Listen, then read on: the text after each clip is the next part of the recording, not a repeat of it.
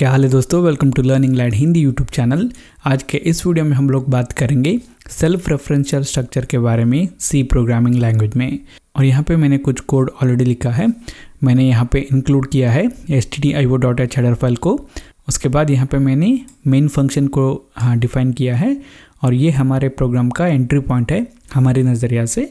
और इस main function के अंदर मैंने एक स्ट्रक्चर को डिफाइन किया है और उस स्ट्रक्चर का नाम है चैप्टर। और इस स्ट्रक्चर के अंदर हम लोग एक बुक के चैप्टर्स के बारे में इंफॉर्मेशन स्टोर करेंगे। फॉर एग्जांपल उस चैप्टर का नाम क्या है और उस चैप्टर कितने पेजेस का है। तो प्रीवियस ट्यूटोरियल में हमने देखा है कि एक स्ट्रक्चर को डिफाइन करते वक्त हम लोग एक स्ट्रक्चर वेरिएबल को उसका मेंबर बना सकते हैं। फॉर एग्जांपल यहाँ पे अगर हमारे प्रोग्राम में एक और स्ट्रक्चर होता तो मैं क्विकली क्रिएट करता हूँ स्ट्रक्ट ऑथर को और यहाँ पे हम लोग इसका मेंबर बनाएंगे नेम।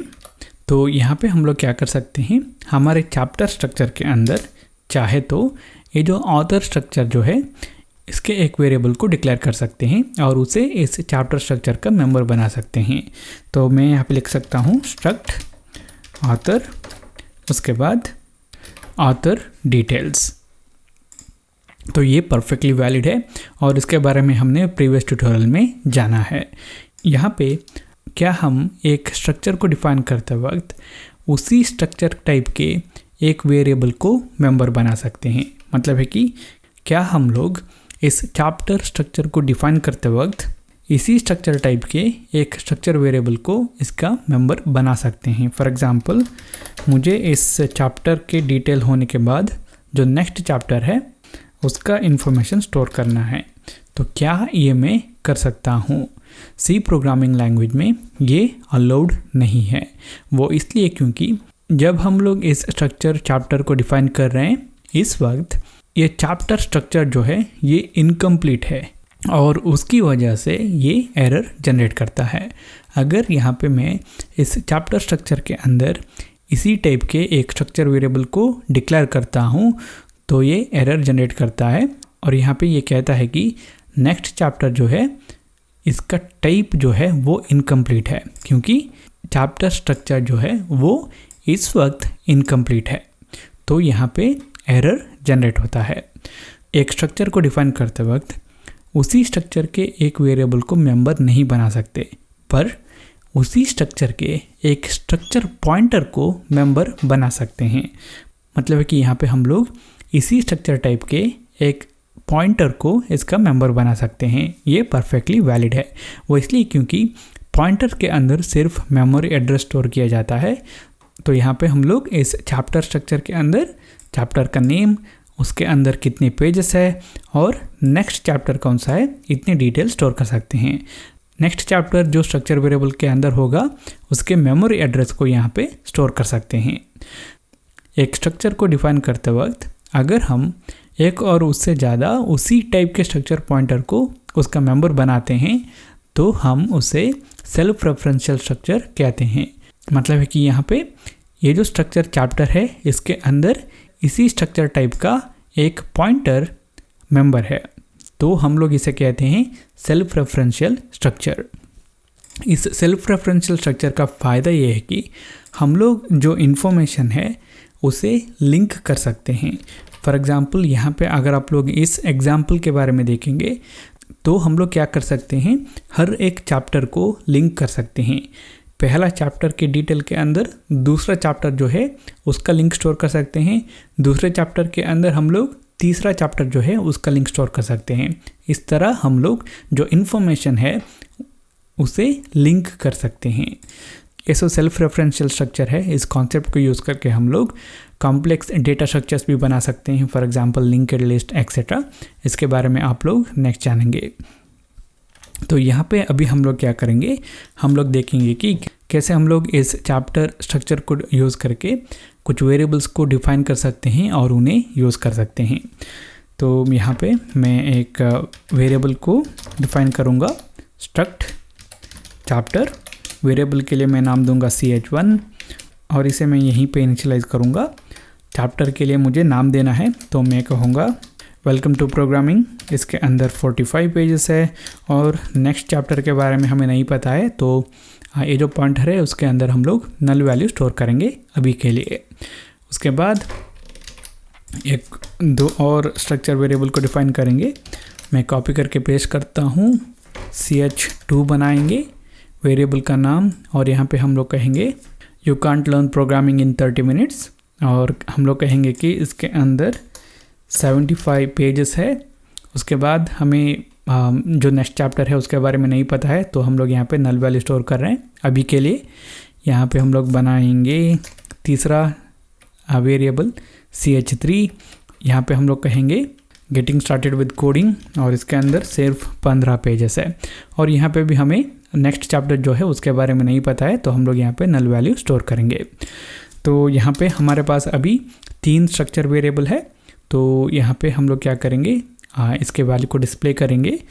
और उसके लिए मैं यहाँ पे यूज़ करूँगा एक स्ट्रक्चर पॉइंटर को, और उससे मैं नाम दूंगा C, और इसके अंदर मैं पहला चैप्टर जो है ch1 स्ट्रक्चर वेरिएबल के अंदर उसका मेमोरी एड्रेस स्टोर करूँगा। उसके बाद हम लोग प्रिंटफ फंक्शन को यूज़ करेंगे और चैप्टर का टाइटल, नेम और ये जो नंबर ऑफ़ पेजेस है उस वैल्यू को डिस्प्ले करेंगे। तो यहाँ पे मैं कहूँगा टाइटल %s, एक न्यू लाइन, उसके बाद नंबर ऑफ़ पेजेस %d, उसके बाद मैं 2 न्यू लाइन को इंसर्ट करता हूँ। और यहाँ पे हम लोग वैल्यू डिस्प्ले करेंगे ये जो स्ट्रक्चर पॉइंटर हमने यूज़ किया है C, इसको यूज़ करके। तो C एरो ऑपरेटर नेम, उसके बाद C arrow operator number of pages. इसके बारे में मैंने सेपरेट ट्यूटोरियल पे एक्सप्लेन किया है। अगर आपको नहीं पता है कि कैसे हम लोग एक स्ट्रक्चर पॉइंटर को डिफाइन कर सकते हैं और उसके मेंबर को एक्सेस कर सकते हैं, तो आप मेरा उस वीडियो को देख सकते हैं। तो अभी अगर हम लोग इस प्रोग्राम को सेव करते हैं और इसको रन करते हैं, तो यहाँ पे आप लोग देखें तो यहाँ पे हमें कुछ वार्निंग मिल रहा है, और यहाँ पे ये कहता है कि हमने हमारे प्रोग्राम में ch2 और ch3 वेरिएबल को डिफाइन किया है, पर हमने उन्हें यूज़ नहीं किया है, तो वार्निंग है। हम लोग अभी के लिए इसको इग्नोर करेंगे। और उसके बाद यहाँ पे ये कहता है कि title welcome to programming, number of pages 45। यहाँ पे ये वैल्यू डिस्प्ले हो रहा है इस प्रिंटफ फंक्शन की वजह से, क्योंकि हम लोग यहाँ पे पॉइंटर को यूज़ कर रहे हैं C, और ये C कंटेन कर रहा है ch1 स्ट्रक्चर वेरिएबल का मेमोरी एड्रेस को। पहले चैप्टर का जो डिटेल है वो अभी डिस्प्ले हो रहा है। तो यहाँ पे हम लोग क्या कर सकते हैं, ये जो चैप्टर्स है इन्हें लिंक कर सकते हैं। चैप्टर 1, चैप्टर 2 और चैप्टर 3 को लिंक कर सकते हैं। तो हम ch1 स्ट्रक्चर वेरिएबल के अंदर चैप्टर 2 जो है ch2 स्ट्रक्चर वेरिएबल, इसके मेमोरी एड्रेस को स्टोर कर सकते हैं ch1 स्ट्रक्चर वेरिएबल के नेक्स्ट चैप्टर पॉइंटर के अंदर। तो यहाँ पे मैं लिखूँगा ch1 dot next chapter is equal to address of ch2। ठीक है, इसी तरह हम लोग चैप्टर 2 को चैप्टर 3 से भी कनेक्ट कर सकते हैं, लिंक कर सकते हैं। तो हमें लिखना है ch2 dot next chapter is equal to ampersand ch3। तो यहाँ पे क्या हो रहा है, चैप्टर 1 नेक्स्ट चैप्टर जो है चैप्टर 2 उसको पॉइंट कर रहा है, उसके बाद चैप्टर 2 चैप्टर 3 पे पॉइंट कर रहा है। और हम लोग यहाँ पे मानते हैं कि चैप्टर 3 फाइनल चैप्टर है, तो इसके बाद कोई चैप्टर नहीं है, तो वो किसी चैप्टर पे पॉइंट नहीं करेगा, नल वैल्यू कंटेन करेगा। तो हम लोग यहाँ पे क्या कर सकते हैं, एक चैप्टर से शुरू करके सारे चैप्टर के इन्फॉर्मेशन को 1 बाय 1 डिस्प्ले कर सकते हैं, क्योंकि वो सब लिंक्ड है। एक चैप्टर के अंदर हम लोग है तो हमें पता है कि नेक्स्ट चैप्टर कौन सा है। तो हम लोग यहाँ पे क्या करेंगे, एक वाइल लूप को यूज़ करेंगे, और ये वाइल लूप तब तक रन होता रहेगा जब तक ये जो C स्ट्रक्चर पॉइंटर हमने डिफाइन किया है इसके अंदर नल वैल्यू नहीं है। जब इसके अंदर नल वैल्यू आ जाएगा ये रन होना ख़त्म करेगा। और इस वाइल लूप के अंदर क्या करेंगे हम लोग, ये जो स्ट्रक्चर पॉइंटर C है इसको यूज़ करके चैप्टर का नेम और नंबर ऑफ़ पेजेस को डिस्प्ले करेंगे, और वो वैल्यू होने के बाद हम लोग क्या करेंगे, हमें पता है कि नेक्स्ट चैप्टर कौन सा है, तो नेक्स्ट चैप्टर के डिटेल प्रिंट करने के लिए इस पॉइंटर सी के अंदर नेक्स्ट चैप्टर के मेमोरी एड्रेस को स्टोर करेंगे। तो हम लोग नेक्स्ट चैप्टर का लिंक पा सकते हैं नेक्स्ट चैप्टर मेंबर से। तो अगर मैं यहाँ पे सी एरो ऑपरेटर नेक्स्ट चैप्टर लिखता हूँ तो नेक्स्ट चैप्टर जो स्ट्रक्चर वेरिएबल के अंदर है उसका मेमोरी एड्रेस मिलता है। तो उसे मैं क्या करूँगा, यहाँ पे फिर से इस पॉइंटर सी के अंदर स्टोर करूँगा। तो ये वाइल लूप जो है ये कुछ इस तरह रन हो जाएगा कि यहाँ पे हम लोग शुरू कर रहे हैं CH1 से। ये CH1 के नेम और नंबर ऑफ़ पेजेस डिस्प्ले करेगा, उसके बाद नेक्स्ट चैप्टर पे जाएगा, उसका डिटेल डिस्प्ले करेगा, उसके बाद नेक्स्ट चैप्टर पे जाएगा, उसका डिटेल डिस्प्ले करेगा, मतलब है कि CH3 पे जाएगा। पर उस वक्त नेक्स्ट चैप्टर नहीं है, नल वैल्यू है, तो सी कंटेन करेगा नल, तो यहाँ पे ये वाइल लूप ख़त्म हो जाएगा। ठीक है, अभी अगर मैं इस प्रोग्राम को सेव करके रन करता हूँ तो आप लोग यहाँ पे देख सकते हैं title welcome to programming, number of pages 45, title you can't learn programming in 30 minutes, number of pages 75, title getting started with coding, number of pages 15। तो यहाँ पे सारे जो चैप्टर्स यहाँ पे हैं वो लिंक्ड है, एक के बाद एक के बाद एक है। क्योंकि सेल्फ रेफरेंशियल स्ट्रक्चर को यूज़ कर रहे हैं तो हम लोग उसको एक के बाद एक एक्सेस कर सकते हैं कुछ इस तरह। तो ये हुआ दोस्तों इस वीडियो में कैसे हम लोग सेल्फ रेफरेंशियल स्ट्रक्चर को क्रिएट कर सकते हैं, यूज़ कर सकते हैं। अगर आपको ये वीडियो अच्छा लगा तो लाइक कीजिए, अच्छा नहीं लगा तो डिसलाइक कीजिए। अगर आप लोग कुछ कहना चाहते हैं तो कमेंट कीजिए।